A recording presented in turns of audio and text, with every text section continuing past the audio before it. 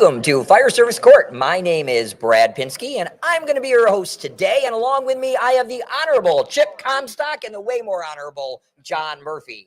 And today we are the three lawyers of fire engineering, and we come to you giving brilliant legal advice, or we just make it up. Sometimes we never really know. So today we have a bunch of great issues, but first I think John has an announcement. I do have an announcement. So this studio is brought to you by the Firehouse Subs and the Firehouse Subs Public Safety Foundation. Enjoy more subs, save more lives. Find out more about restaurant ownership at www.firehouseSubFranchising.com. Now, having just spoken about food, we should probably go on to marijuana topics, but let's skip that for the moment. We'll get back to that. So I wanted to talk about one of the hottest issues today in the fire service, in EMS service, and that is not just the use of ketamine, but the use of restraints. They're getting the EMS and firefighters getting involved in police issues. So one of the things, John, we're going to start with you. One of the things that we're seeing a lot of is ketamine chemical restraints overdoses, where we just have the EMTs, firefighters get dispatched. The police are trying to sedate or subdue somebody, and along comes Mr. Paramedic, right, and thinks, I'm going to be a hero, and I'm going to administer ketamine. And so, John, jumping to you, we've seen real of this, correct? Oh, yeah, there's several cases around the country. The most notable one is the Elijah McClain case in Aurora, Colorado, which happened a couple years ago, where the sort of the typical scenario is a young black man walking through a neighborhood, somebody reports him, the police show up. He has he's developmentally challenged, and so he's resisting there with physical force with a chokehold. Paramedics arrive. He's still struggling because he can't breathe, and so the order from the police to the paramedic is, well, administer ketamine, and we need to subdue this guy. At the end of the day, after 2 days in the hospital, the poor guy expires, and so there's a big trial. A grand jury convened initially, and then it went to trial. So the two paramedics that administered the ketamine got criminally charged. They'll be serving some time. And I think two of the police officers were criminally charged, and one was exonerated. So the issue that we had, and I just had this conversation last week with the Colorado fire chiefs, was that, what are the paramedics' responsibilities when they get into scenarios in interacting with police officers that, in essentially, they already have the subject subdued. And so the question is the person in custody, which is a police issue, or is the person your patient? And so if the person is your patient, then you need to take certain steps in order to provide proper patient care. Most of the patient care is found in protocol, right? And so following the protocol, yes, there is an administration of ketamine in the protocol, but no, there is no protocol available for how you interact with these sort of what I classify as chaotic police scenarios where they're subduing a patient, or now not a patient per se, but a subject, and then becomes your patient. So when I was researching, have we changed our protocols on how we deal with these sort of chaotic police interventions? There's nothing new out there. They're the same old nothing. I mean, I looked at the Colorado, or actually the Denver Metro EMS guidelines, and there's really nothing mentioned in those guidelines. And Aurora, Colorado uses the Denver Metro EMS protocol as a guideline, and the latest one was in 2022, and they haven't changed it at all. So I think in Elijah, they gave 3 to 5 times the dosage because they believed his weight was greater. At least that's what they said. They believed he was a much greater weight, and they gave him, and he wasn't, right? And they gave him like 3 or 4 times the legal dose that he was supposed to give. So that was obviously results in the death. But we are seeing, there's another case I want to speak about, which was at a sporting event, and after the Roe v. Wade incident, there was a woman protesting, and they're screaming about Roe v. Wade at this big sporting event, and the police take her down, and the paramedic comes over and subdues her and takes ketamine and knocks her out. There was absolutely no medical issue that required it. She wasn't having a panic attack. She wasn't having a mental health crisis. There was no reason to do it. And what confuses me is now we have EMTs and firefighters who want to be cops. It's supposed to be the reverse. The cops want to be firefighters. So I don't know what's happening. But the lawsuits are focusing on not just assault. We've seen assault, battery, murder, criminally negligent homicide. Right? We've seen those charges on the criminal side. But on the civil side, and Chip is our constitutional expert. Let's talk about what constitutional claims are made against these departments. Well, the interesting thing, I mean, the first one that pops in my mind is that Section 1983 civil rights, which is under, again, the constitutional right to be free of illegal seizures, searches, whatever. But that you're basically ordered excessive force, right? Because you're applying a force to me, even though it knocks you out. If you end up dying or suffering medical injuries as a result of it, it's through an application. I mean, the argument is much more excessive than death.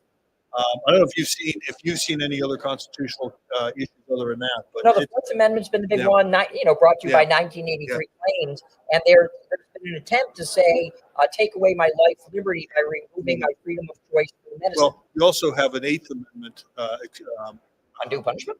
Yes, right, because you're in custody at that time. And so that it's usually that only comes up in cases where you're under medical protective custody or in incarcerated.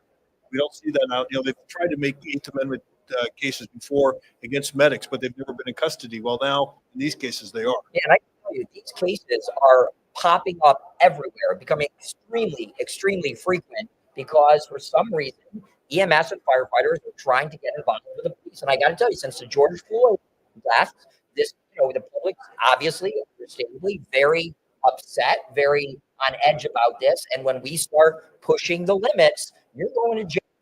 Well, at the end of the day, it's real simple. Do what's right from a medical perspective, right? We're not there to be police officers, or whether we're trying to be nice and helping officers, or they're demanding that we do it. The question is it medically necessary? In most cases, it's not, and that's how people get in trouble. Yeah, and John, if you're competent and you have the capacity, right? Talk about the ability of someone to refuse this care that you're forcing on them. Well, that's an interesting point, because if I'm in a chokehold by a cop, there's no way I'm going to be articulating I'm resisting, I'm not resisting, I can't breathe, and that's what we've been seeing. Before we get off on that topic, there's another case in Illinois where they had two paramedics were forcing the gentleman that was in a halfway house face down on a gurney, and a lot of it has the evidentiary component of it was all the cops had body cameras, right? So it recorded every second of this thing, all the conversation. So it was like a frequent flyer comes in, the paramedics are, it's in 2:00 in the morning. They're all angry, I guess, to be in there. So they ended up throwing the guy down, face down, restraining him, and he dies from compression asphyxia. So one of the questions that is brought up is, why didn't anybody intervene, right? So it was a patient in distress, and so the cops are not going to intervene in the police side. The paramedics aren't going to intervene on the cop side. And so we've had people say, well, I don't want to intervene, or because I wasn't sure what's going on. And my position on it is a hogwash, because EMS has been around for over 20 years. We all know what everybody does, right? So we understand medication, we understand drugs, we understand protocols, regardless of whether you're a police officer, an EMT, or a paramedic. And so we need to take more steps to protect, these sort of clients, patients, victims, I think better than we have in the past. The other thing is, I think we need to have more training on chaos, right? So we're trained. Chief has arrived on scene. Yeah, Chief has arrived on scene. Yes, I love that one. So we're, as a paramedic or an EMT, we're always training in the clinical setting. We're controlled out in the field ride-along program. Well, how many times as a student have you intervened or gone on a call where there's all hell breaking loose, and then you're asked to do something? And I think we could say never, right? And so the never component is now for the situation that we've never faced before, and we're asked to do something we probably shouldn't even be doing because we're going to harm the patient. And that's really the issue. Stay within protocol, right? The advice is so easy. Stay within your darn protocol. That's it. Again, and that should be medically necessary, right? Because you're following the policies. So let's do this. Let's go for the drugs we don't want, the drugs we do want. Let's talk about marijuana. It's a great issue in the fire service. Have a sub. Yeah, so I'm sure Firehouse, Ron Scott's the remote. So marijuana in the fire service has become a really big issue. And, some of us have seen these issues because people are arriving on something wrong or they smell horribly like, burnt marijuana. And the states are protecting people where the federal government isn't. And which is great if there were only one court you could be sued in, but you could be sued for discrimination, right, in state court or federal court. So, Chip, based on what we've all been talking about, what is your recommendation for a fire chief who says, geez, this person shows up, he reeks, he or she's a little slow, we think they may be impaired, and let's assume we're in a legal marijuana state. What do we do? Videotape. Yeah, explain that. Well, the problem with marijuana, unlike alcohol, is we can do an alcohol test and know that that person is under the influence. With marijuana, they may have consumed marijuana 89 days ago. They're not under the influence, but they could test positive, and that's the problem we have. So, by videotaping them, we're going to see, are there signs that they're under the influence? Now, what are we testing for? How do we, want to use in the alcohol sense, field sobriety test, right? But in the fire service, we want to be more specific. So I'll turn that back to you. And I kind of feel like since we're talking about marijuana, Elon Musk, I wonder if we're going to pull out a big joint right here and smoke while we're doing this. But so the I've come up with, because there is no great way to test for marijuana, right? We can field sobriety test, which I think has a 82% positive predictive, success. So what I said is, okay, we don't want to falsely accuse somebody of being impaired by marijuana. And especially if it's medical marijuana, they're going to make a claim that I need it and you're violating the ADA. So we want to find a different way to say, okay, you can't do your job.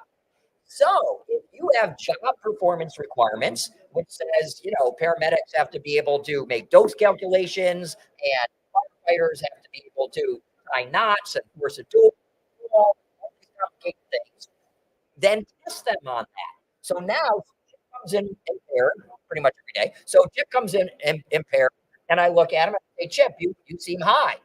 And he's like, staring at me. I'm like, Chip, you know what? I'm a little concerned that you may not be able to perform the essential job functions. I don't say I think you're high. And I say, here's a knot, a figure 8 on a bed. Can you tie that? And if he starts eating it or licking it or something, maybe. We are making the assumption that the person knows how to do that anyways. I mean, that's one of the things. If a guy's crappy tying knots all the time, that may not be his best thing. It's an essential job performance that requirement we're putting in, but I don't care. It could be let's force a door. Or how about get dressed in your turnout gear, right, in a minute, 10 seconds, or whatever the standard is. If that person can't do that, then I don't care at that moment whether they're actually impaired or not. What I can say to you is, listen, you cannot perform the job performance requirements. If one of them is you got to tie a knot or you got to get dressed or dose calculation, whatever, and you can't do it, then I can remove you because the moment. And then are you going to test afterwards? Or are you going to do a test once they fail the job performance? Yeah, and that gets us back to ultimately there's no way yet there's no epithelial test, there's no test yet to determine if somebody is impaired by marijuana. So I have a hard time doing anything other than removing them from the duties once and say, maybe the policy would say, and please have policies on this, is okay, if you are found 2 times, 3 times in a year unable to perform the job performance requirements, you're going to be terminated. Right. That's the only way I can come up with the deal with marijuana. Well, I think the deal is that you need to have a reasonable suspicion policy, because we talk about policies. You need to have objective standards in there that you're attesting to. Right? So you just can't make the stuff up going on and all of a sudden we're taking Chip off the job because you can't tie a knot. Fit my picture of what impairment looks like. So these things need to be done quite early before you're faced with the situation.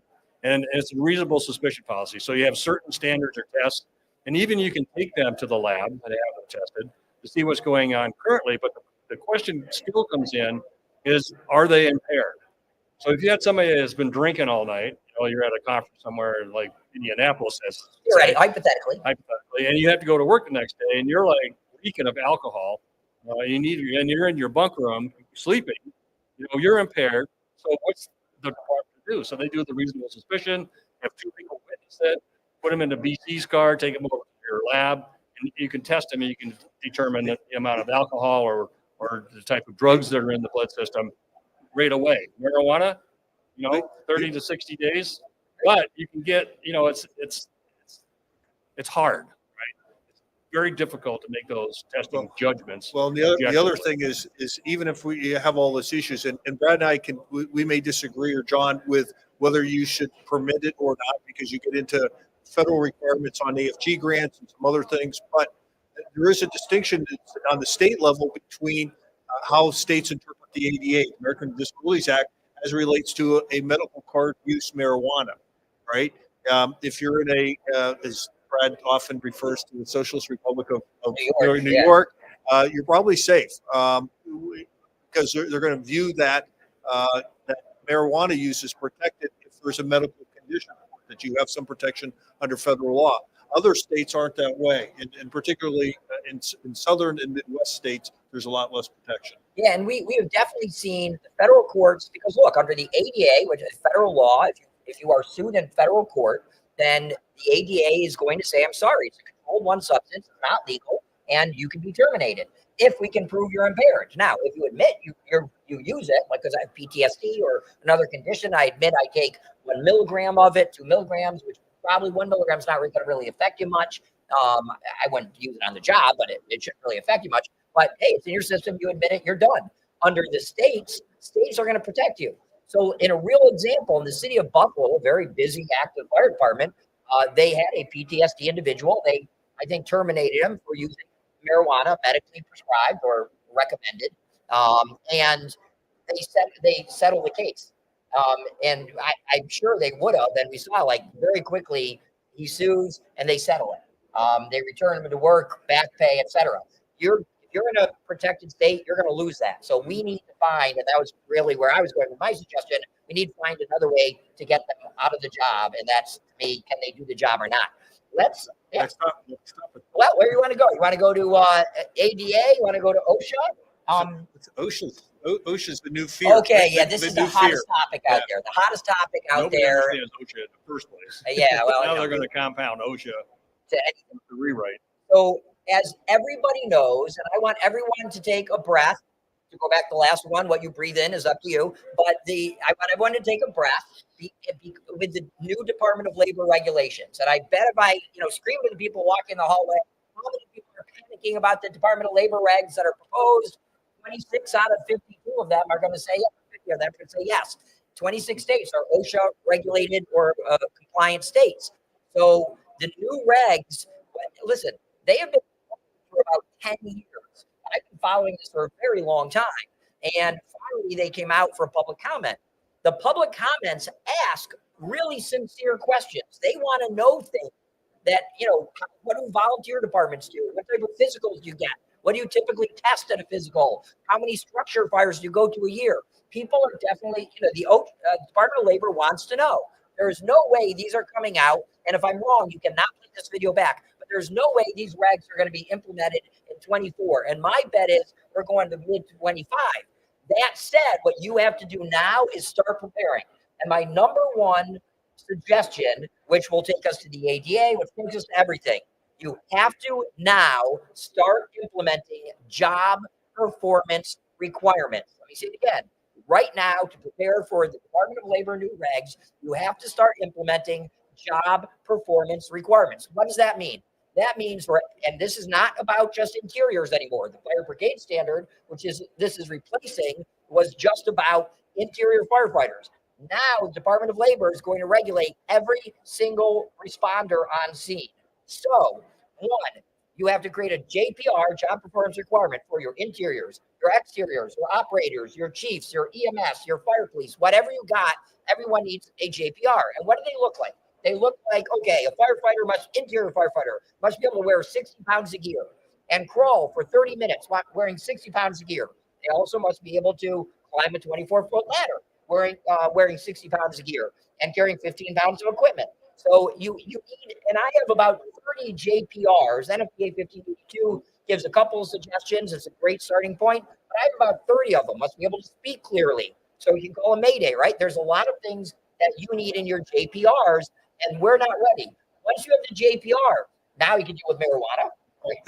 And the JPRs go hand in hand with that job description. What is it that the person does, and then what are the physical requirements that go hand in hand? I mean, they're Yeah, and please do not copy your neighbor's JPRs. For example, right? I give this example. If I draft, my department drafts, yours is all hydrants. Well, you probably don't have to stand up on a tanker, reach your hands above your head, pull out the hard suction going like this, right? Bend over and hold it, and then do that awkward thing where two people hold the cup between their legs and marry them up, which looks totally inappropriate. But nonetheless, that describes the job of at least drafting in my department. And in my department, you better be able to do those physical movements. So the skills and the physical abilities to do that will now help you, once you have that, prepare for medical examinations, and we'll get to ADAs, and will help prepare you for, can you do the job at all? Right. So that's where we need to start. That takes you some time. If you want help preparing, we can definitely help prepare those, but you need a JPR, very extensive, right? And don't just copy with NFPA 1582. It's a good start, but there's a lot more. Then once you've done that, now we can deal with the second and third biggest parts of the new DOL regs. The two things people are going to have trouble the most with: training and testing on the essential skills, and medical examinations. Those are two huge focuses of the new DOL regs. So let's kind of go to ADA, right? Let's go to ADA. So let me ask you a question, John. Should somebody who has no arms and no legs be an interior firefighter? Probably not, but I would look at my JPRs. There you go. The answer to all these questions is not what is your opinion, is what is the JPR? So, well, and the other part of that goes is we have this great JPR, but then who's going to make the decision, right? Because am I qualified to do it? Well, no, it's a physician, right? We're all going to turn to our physicians. Everybody does medical exams, but what do they know, right? When to your point, oh, he's an interior firefighter, he's an exterior firefighter. They don't understand physicians, unless you're one of the physicians connected with FDIC. They just don't understand a lot of times. So we have to work hand in hand with the JPRs, right? Which means we have to stop an extremely common practice. And listen to us here. If you are sending your people to a doctor without JPRs, and I'll bet 98% of you are, at least, I'll bet most departments just say, let the doctor decide. Who the heck is the doctor to decide, right? A doctor now, okay, so John happens to be a PA, right, and does this stuff, but even he can't tell you what your JPR should be, and thus he can't tell you in your department what a physical should consist of and whether you're qualified. Now, I'll tell you, the interesting thing in Ohio is that there's a prosecutor in the department wanted OHIO wanted to know what the doctor needed to make this determination, and the state attorney general, right? State attorney general says it's up to every doctor's discretion. Okay, it's up to the doctor makes a decision. Here we have standards. They have to do an annual certified medical exam. But the issue is, oh, that's great. Who cares? Doctor decides we're good to go, except for when we get the ADA claim. Right? It's great on the front end. We send everybody to a doctor, whether they have the standards or not. Right? You're qualified or you're not qualified. Good to go. But then when we get those claims against the department down the road, that's when we really get in trouble.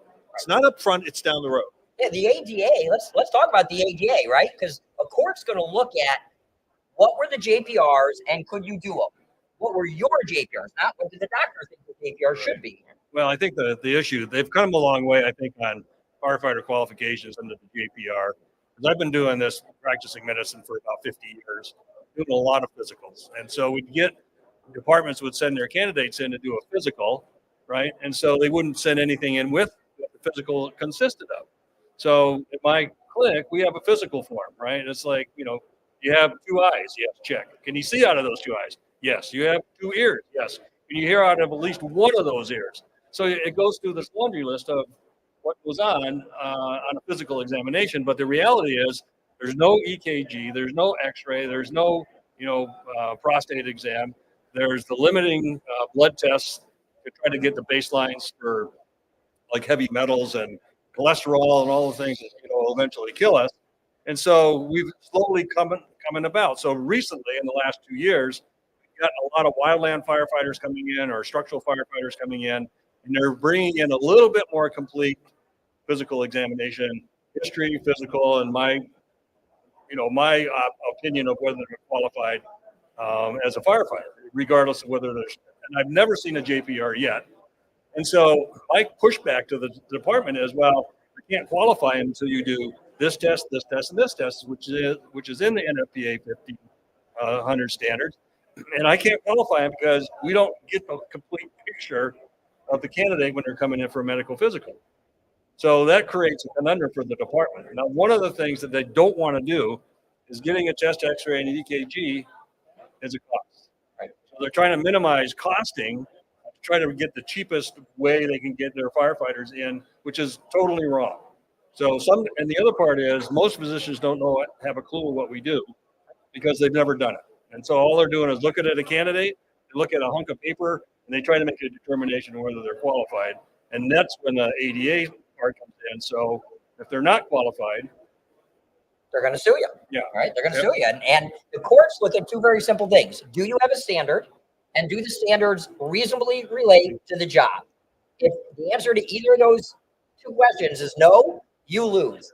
And if you have no standards and your only answer is, well, I send them to Dr. Chip to make a determination, you lose, right? And I can give you case after case.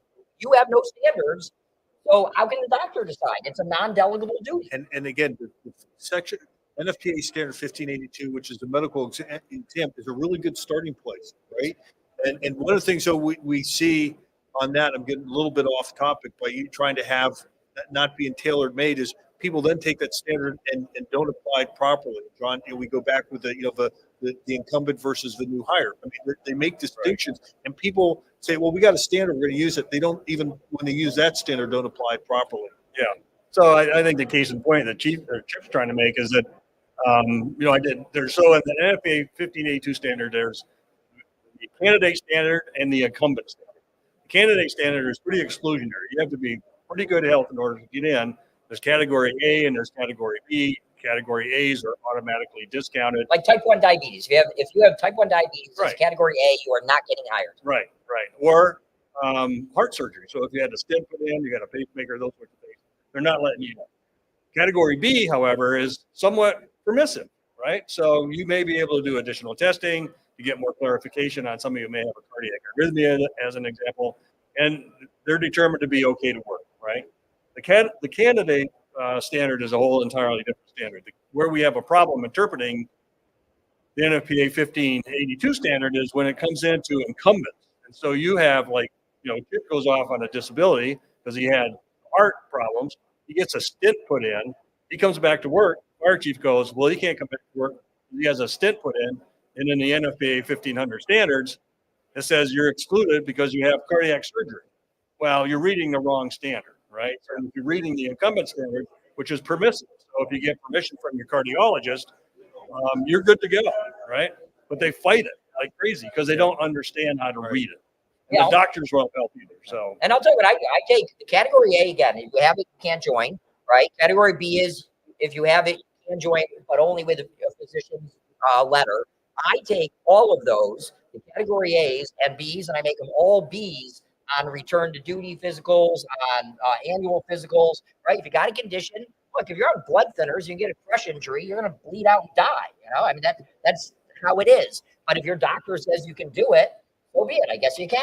And a lot of times, we talk about referring to doctors and working with them and ADA claims. So just trying to hit another topic, I thought that sounds a lot like maternity and childbirth. Oh, great one. So look, pregnancy. I always say, what do you do with somebody who's pregnant? What do you do with somebody who's pregnant? Do you tell them they can't do the job? You say, I'm going to look out for your unborn baby. What do we do with people who are pregnant? And we see a lot of well-meaning chiefs who do just that. I'm taking you off the line because I'm trying to protect you or your child. And you're right. They do seem well-meaning, right? The problem is, very softball answer, John. Whose right is it to say when I'm going to take myself or be put out of duty? Well, the crowd would say this: the doctor and the patient, right? The fire chief has nothing to do with it, but fire chiefs tried to intervene to be the nice person, the nice guy or the nice gal, and it's totally illegal. And so the issue is, again, disclosure that you're pregnant. That's one issue. Second issue is you need to send at least the JPR to her physician, and say, this is what her job responsibilities are. Can she do the essential elements of the job?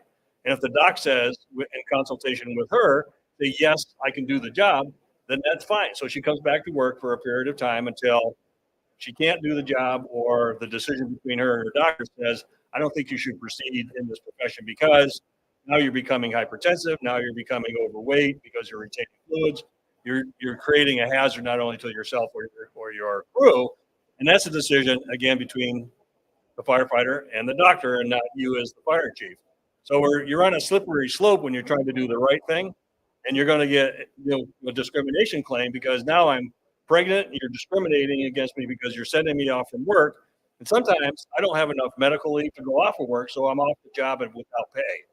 You're creating another undue hardship for me and my family. And today, during our trip session, which we all participated with, thank you, we had a great question, right? So the first question where I started, and then somebody followed up, we'll go to Chip on this. The first question that I started is, what do you do about their turnout gear? What if they can't fit in their turnout gear? Do you have to order new turnout gear? And the answer is, look, if you have it, you got to provide it as they get bigger. Well, in part of this is protecting, and it's a protecting, but also harming the fetus, because as we point out, one of the things you have to do with both the doctor, I think the responsibility of the chief is, as when you're dealing with the doctor and the firefighter, make sure they have enough education to make an informed decision.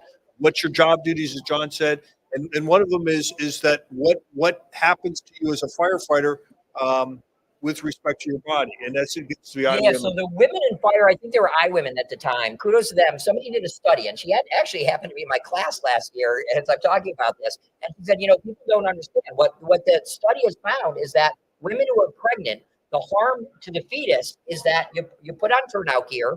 We're exacerbating, we're energizing our body. We're getting very hot. The turnout gear gives out moisture, but does not give off heat. So we have a significant amount of heat we're retaining, and it actually causes significant damage to the brain of the fetus. So it's the heat. It's not, you're going in carcinogenic places. It's not, it's dangerous. I mean, clearly hypertension, all that are issues. But what they're saying is it's the heat. So it's not just while fighting fires. It's drills and training. So there's those studies out there, and again, we want to educate the physician, saying this is what your patient or employee, volunteer is going to be doing, and here's the risk. You now have to work with your patient, who ultimately, as long as that firefighter is competent, has the right to decide what they're going to do or not going to do. And the great question we got today was completely novel. Is we have a hard toe standard, right? They're buying, I won't mention the brand, but they're buying these boots that everyone apparently is now buying, $300 boots. And it's a hard toe, and for the workstation boots, they're very comfortable, etc. And what happens when the woman is swelling and doesn't fit into them? Do you have to purchase a new pair of boots, or can they wear whatever the heck they want? Tennis shoes. Tennis shoes. And the answer we gave was what? Well, you got to make the accommodation, right? So a reasonable accommodation. So you may have to buy the shoe, but not that shoe. You can buy the $100 shoe that has a safety toe in it, and not the $300 that has a safety toe. And this became, and what we tried to say, and this is the tough part for fire chiefs or administrators, is the word is always reasonable accommodation, and what's reasonable. And the issue was, do you have to buy a $300 or $100 pair of shoes? We don't have to lower our standards, right? Never violate your standards. You don't have to violate the standards. You don't have to lower the standards. But if it means buying another shoe is $300 reasonable. Well, we had a person in the class whose fire department budget's $5,000. $300 may be a huge hit for that department.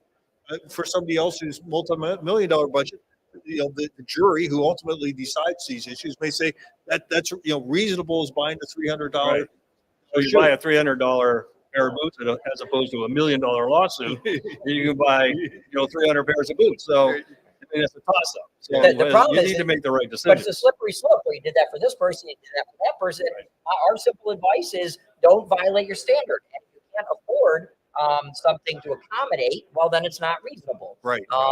So I really thought that was a great issue today. What else? What other? Well, let me add one thing to that, because some departments will provide a quartermaster system, right? So they buy the equipment, right? Other departments give you an allowance. So you can go out and buy any shoe that you so choose under this particular allowance. So is it the brand A for $300, or is it brand B for $100, and I can pocket the $200? Well, does it meet that standard? And that's for that very reason. People tend to, hit shortcuts. Anybody who gives uniform allowance, I hate that. Fire departments have responsibility providing, uniform Right. gear and sticking to That's my standards. point. Next. Okay, well, we've been hearing a lot. One of the hot topics now, because look, the United States Supreme Court, in addressing the law last year, addressing the law out of the Socialist Republic of New York on guns, and we have a lot of people now who are able to get concealed carries.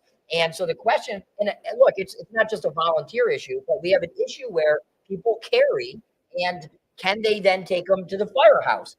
Do they have to lock them up? Can they take them to a scene? Can they take them into an IDLH environment, which is filled with fire and heat? And people want to know, well, what I think is mostly happening, should we just ignore it, not talk about it, and see what the heck happens? So we've given some suggestions. I'll start with mine, I guess. My suggestion is, don't ignore it. Face the problem. And I have at least one simple rule. If you want to allow firefighters to bring them to work or bring them into the station, so at least the volunteers aren't saying, well, I want to carry, so I'm not going to respond to the call, right? If I honestly, very pro Second Amendment. And if you tell me it's a choice between never carrying or not coming to the call, I guess I'll join another fire department. But it's a volunteer issue. So my simple thing is, at a minimum, if you want to allow them to bring in the station, but you force them to stow it and lock it, provide lockers, not like these gear grid lockers and other lockers that have little safes and you can lock it up, but put a camera above it so you can see if anyone tampers with it. And that, at a minimum, is some of the things I'm seeing. But there are other policies. From a practical standpoint, like on a career department, I think there's, first of all, I think there's a lot of issues with people carrying guns. And I have clients, departments, half the firefighters are carrying sidearms. The problem is, there's a number of problems with that. One is, you can't go in a post office or any other federal building. Can't go to school. Right, can't go to school. So that's problem number one. Then what do you do if you are carrying, are you going to lock them in the rigs or the ambulances? Do you have spots there to put them? And how well trained are your personnel? Police officers have to qualify on a regular basis. They're trained, and they're used to continuum of force. They can use takedown methods, joint lock flows. They have tasers, they have mace, they have all sorts of things. And then, as a last resort, they have guns. If we're going to have our personnel carry guns, then that's the only choice we give them. So if I'm going to have my personnel carry guns, I'm sure it's not going to give them a taser and mace as well. The other problem is when police are on the scene, they're very watching the scene. It's situational awareness. We get on the scene, we're providing EMS care to the patient. We're not protecting our gun, and we don't know what else is going on. So that's a real risk. So I have an issue for all those reasons why I don't want my folks to carry guns on calls. And I understand there are departments that, because of a lot of other reasons, that they want to do that. You have to think through that policy. But at the I think the compromise at least is, okay, they're going to bring them if they're going to bring them to work, you're going to have to lock them up in their car and maintain them there. Now, Brad said from a practical standpoint, it doesn't get locked up in the car. It gets thrown under a seat. It gets left on the seat because people in a hurry. And Brad's solution is come bring them inside the station where we can make sure they're properly protected. But I think at the end of the day, it's like everything else we discuss. Talk about it in advance before it becomes a problem. Have a department policy with it that this is how we're going to address this issue. Don't, as you said at the beginning, don't ignore it. And unfortunately, I'm sitting here with like two totally, liberal Democrats. I have no idea which in the fire service is unheard of. We have guns. Yeah, that's sort of. We have a lot of guns. So, listen, you can't be on all sides of different things. We want to allow legalized marijuana. We want to allow you to carry guns. Both together, probably not good ideas. Not a good idea. But that said, now we've got about 5 minutes left.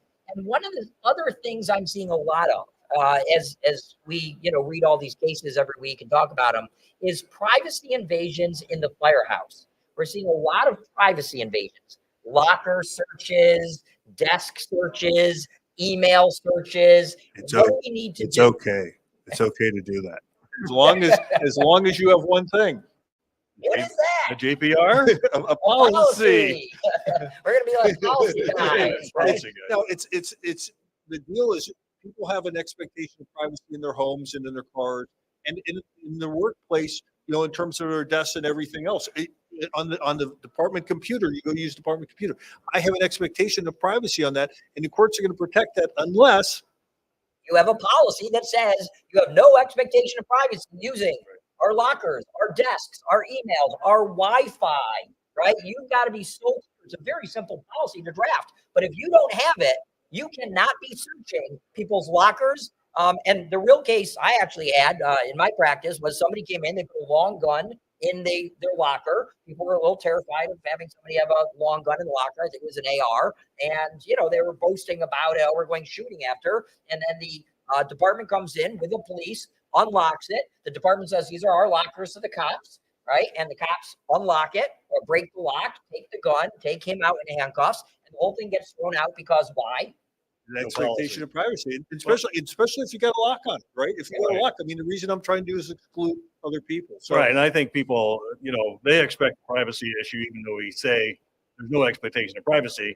Some people say, well, if I put a lock on there, then it's my property. Well, it's not you're putting your lock on my property, and it's still my property. So get your lock off of there, and if you don't want to take your lock off, I'll cut it off because it's in my policy. Right. That's exactly it. And, this is a neat transition to a totally different subject. What people think their rights are, right? For some reason, firefighters have this weird constitutional belief that anything I can do, I have the right to do. So let's talk about photography on scenes, Chip. Well, I'm going to go there. We're going to go there, but I'm going to say my shortened version again. Social media postings. If you think you have an absolute right to post whatever crap you want on social media, you're wrong. You're going to get fired. It's career suicide. So if you really think you have a constitutional right, be our guest, test it out, and we'll be wrong. There you go. Yeah, that sums it up. And we have people who, and I'll throw it to John, we have people who, they go to the scene, right? They're inside someone's house. They're not doing anything. I got my cell phone in my turnout gear. Oh, look, a dead body that's been mangled. Click, click, put it up on social media. Real story, right? Yeah. Do they have that right? It's their own. It's their own social media accounts, not the department's account. Well, you said it's not legal. It's never been really legal, but I think New York State and 5 other states have made it criminal to take those photographs and to distribute them, right? Yep. And so there is a large award, which I'm going to let Brad talk about, but there's a large award because people took unauthorized photos of a accident scene. Kobe Bryant. We're talking about Kobe Bryant, almost $40 million for the sheriff and firefighters. Huge award, right? People lost their jobs. 28 million or $40 million is a lot of money for the county to lose. And so, and you could lose that amount of money depending on how sensational the case was. And I think like Chip said, it's career suicide to put this stuff out on your social media. Who owns the photograph, right? Taking it on duty. You don't own it. That's not your photograph. And we can get into all the public record stuff. We're running out of time. But I mean, at the end of the day, again, back to policies. If you're a fire chief or administrator, have a digital imagery policy that's going to talk about who can take photographs with what camera, right? Right. Hopefully, a department issue camera, never your own camera. Do not use your own camera. Come on, what's a high quality digital camera? $100? I mean, come on. iPad. Or an iPad, which we have on the ambulances, and so look, I'm all for dash cams. I don't love helmet cams, but but no matter what cameras you allow, it belongs to the department. And, we've had an interesting theme. We'll wrap up kind of on this. We've had an interesting theme, which is people's rights. All of these are people's rights to be high, people's rights to carry a gun, people's rights to take pictures or say whatever stupid crap they want online, right? People's rights to be free from search and seizure. And yet, then we go out and can't violate our rights, but then we go out where we started, we violate other people's rights by administering ketamine or doing them or whatever it is. And I don't know what this entitlement is. It's not just firefighters, right? But what's this entitlement? It's what people have to understand is that the Bill of Rights and the Constitution, none of the rights are absolute. We put restrictions on those rights all the time. You can go out and protest, but the government can say this is the area which you can protest. We're going to define the area that you can carry a gun, except in an airport or a courthouse. So we put restrictions on rights, and firefighters have to understand they don't have an absolute right to do whatever they want to the public, and they don't have an absolute right to do whatever they think they can in the fire station. So with the last 15 seconds, let me say a couple of things. One, hi, Mom, our biggest fan. We've got to say hi to my mother. Hi. Two, Hi, if you Mrs. need help Penske. developing policies, this is what we do. We have professional service we can help you do it with, find us on that. Find me at my website. Find us through Fire Engineering. Thank you on behalf of John, Chip, and our long lost friend Kurt Frone, and myself, Brad Pinsky. Thank you very much.